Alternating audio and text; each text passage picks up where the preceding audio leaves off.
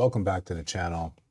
It's early, it's late, depending on your time zone, but struggle streaming. I got some videos I gotta make up, gotta make things clearer, building it as we fly. So I got a video right here that I wanna talk about dealing with men approaching, right? And this is just from an exchange down in Houston. You'll see it on the video. But before we get into it, like, comment, subscribe. Guys, I really appreciate any type of attention you can draw to me for the algorithm. Let's get going. For a lot of women, and I'm going to say that I speak for a lot of women, and especially like in this day and age, I think that a lot of us are single because men, honestly, y'all don't approach women no more. Go approach her don't mean I want to come approach you. I don't have to. Okay. So that line right there, he doesn't have to, right? Absolutely true. What I think happens a lot is, and again, I'm going about this just from my own observation, from conversation with women. If you feel differently, let me know in the comments below. We'd love to have get the dialogue started. I think one of the things that women have been taught is that men's attention is ubiquitous and it'll always be there, right? And I get it for good reason, since some even before some of you hit puberty, you've been getting male attention, right? I'm not calling that, not saying it's right. I'm just saying that's the reality a lot of you have dealt with. I've got a sister. I have the faintest inklings of some of the stuff she's going through and had to endure at a very, very early age. So throughout most of your life, it's been there. That attention has been there. So it feels like a normal course of life. Yeah, I'm gonna go wherever. If I do X, i.e. my hair, nails, whatever, wear this dress, I get attention. Guys come up, cat call, holler, whatever. Now we have social media, so you have access to men that you've never come across in your daily life, across the world, in other states. Attention. It's everywhere until it's not, until it begins to dry up. One thing I like to say in the conversations I have specifically about this, that the game is not meant to be played forever on both sides, right? We have a finite timeline of when we can play the game at its best, then mediocre, then we get to the point where, yeah, you should have retired, right? And what do players do, in professional sports when they retire? They go coach.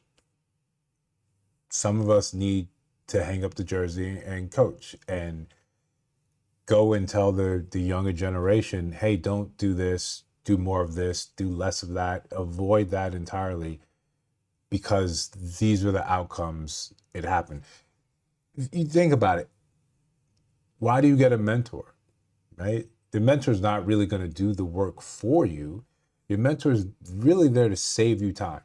When I mentor people in real estate, or just in terms of what my other job is, I'm there to save them time, right? If I can save you a year, 5 years, right? You don't have to make the same mistakes I made. If I can get you on the path, on a time intensive path, right? Say in real estate, and you're coming to me, and the first thing I'm gonna tell you is about what's your budget, right? Not like what do you have to spend, but let me see your budget. Do you have a budget? You need a budget. And that may take someone maybe a month, 2 months to start really adhering to. Same thing with diet. First thing you come, I'm going to say, okay, nutrition wise, write down what you eat, track it for 3 days. 3 days, right? Before I can get you from here to here, it's going to take time. So if I can save you part of that process, part of the start and stops, that's beneficial. But it's one of those things that you may never benefit from. In this case, when it comes down to dating, women need to go, older women, right? The aunties at the cookouts, at the Thanksgiving, need to go to the younger women and say, honestly, if you're happy with your life, then say that, right? But be honest about it. If you made mistakes in your life, say that. Get rid of the perceived shame or not wanting to be looked at a certain way. and just be real, be honest, and say, these are the things that happened in my life. These are things, if I could go back, I would do differently. There's no shame in that, right? You tell the younger generation. Men, we need to do the same things. And I think men, we do it quietly, right? Well, more like one-on-one little vibes. But that's not to say that we necessarily listen. But here, bring this back to this video. One of the things, and it's a multifaceted reason why men no longer approach, and I think this gentleman, he'll get into some of the more obvious reasons, the ones that we go to earlier. But even here, he's very careful in not to say some of the truth, that the men that there's still men approaching, right? It's just not the men that she would want, she would consider where her level is. And sometimes you fall out the game early because you haven't taken care of yourself and you're no longer appealing to the demographic that you wish to attract. Let's continue. And it don't take nothing away from you. But that wasn't the question. She was saying men don't approach women anymore. Because And after then 10, you- 20, okay, 30 years, okay. listen, after decades of men approaching women, and I use one example of me, a personal example, but after decades of men approaching women and getting clowned for it, I didn't come here for that. Go to the club. I ain't come here for that. Try to holler at you at church. I didn't come here for that. Try to talk to you in the grocery store. I didn't come here for that. Try to talk to you in the parking lot. Now I'm a creep. Now I'm stalking. Now I'm all of this and that. No, ma'am. Okay, we get the message. So yeah, men we say that all the time. And even it's funny, you hear that from men that were never at that age to do that, from young men who already sort of bid on and see that lesson and say, yeah, I'm not going to approach. They have their several reasons, but they learn from us. They learn from the generation before me saying, yeah, I heard what women are saying. I heard that you didn't want us to approach. Leave us alone. We're at the grocery store, we're at the gym. Don't approach. We're creep, creep, creep, creep. It's just fascinating that probably within one generation, I got to see the pendulum swing both ways, from leave me alone to, yo, how come you guys aren't approaching? Like, when me and my guys, when we get together, we go out and we're talking really amongst ourselves. We're catching up, we're checking on like what plans, what things, what has been bothering them, what they're excited about, just we collaborate like that. Yeah, if there's women around, we'll see. But I don't remember the last time one of us said, let me get up from this table. Let me go shoot my shot over here. You put the yield sign up. You put the stop sign. We were taught to stop when we hear and see that stop sign. This is what we were taught. No, sweetheart. No, baby. I'm trying to tell you. No, I'm telling you about. So I just want to highlight this, and I'm sorry for stopping so much. This is probably one of my pet peeves. When you ask a man a question about why something, right? And he begins to give you the answer. Why the pushback, right? Like, why the listening to respond rather than listening to really understand? It's so quick and so ubiquitous. Like, I can't wait to just, here's a retort to whatever you just said to me.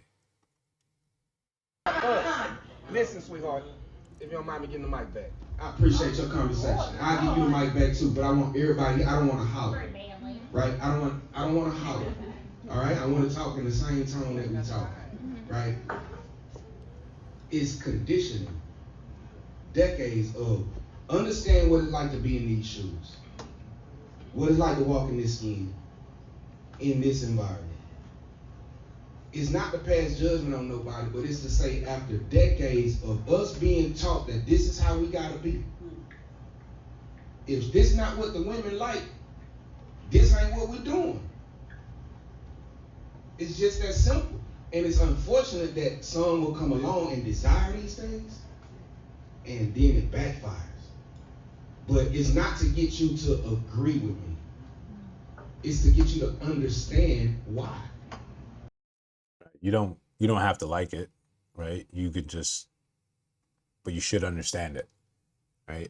it's not one of those things that you can fight, you can shame, you can legislate your way out. It's like a trailing effect. We made this change, leave me alone, we just want to go out and be left alone and enjoy ourselves, right? And then you get the requisite response. Then when you want to pivot the other direction, yeah, we're still going this way, right? So it's one of those things. If you want that real solution, it's going to take time, right? It's going to take almost that same amount of time that it took that messaging to seep in for men to realize, oh, okay, we want us to approach again, but now they're going to be leery. We're going to be leery. We're going to say, well, where's the mark, right? When the results or the consequences of wrongly approaching are still so high and so critical, right? If you say if you're not the right person, right, and you say the right things, but you're the wrong person, you don't have the look, right? What is harassment from one man is smooth talk to a man that she's attracted to. If you don't have the social awareness to know where that line is, know where you kind of fall, if you misread some cues, yeah, it could cost you your job. It could cost you your livelihood, right? It could cost you whatever future you may have planned because you wanted her attention. You wanted to take her out, but you weren't what she wanted.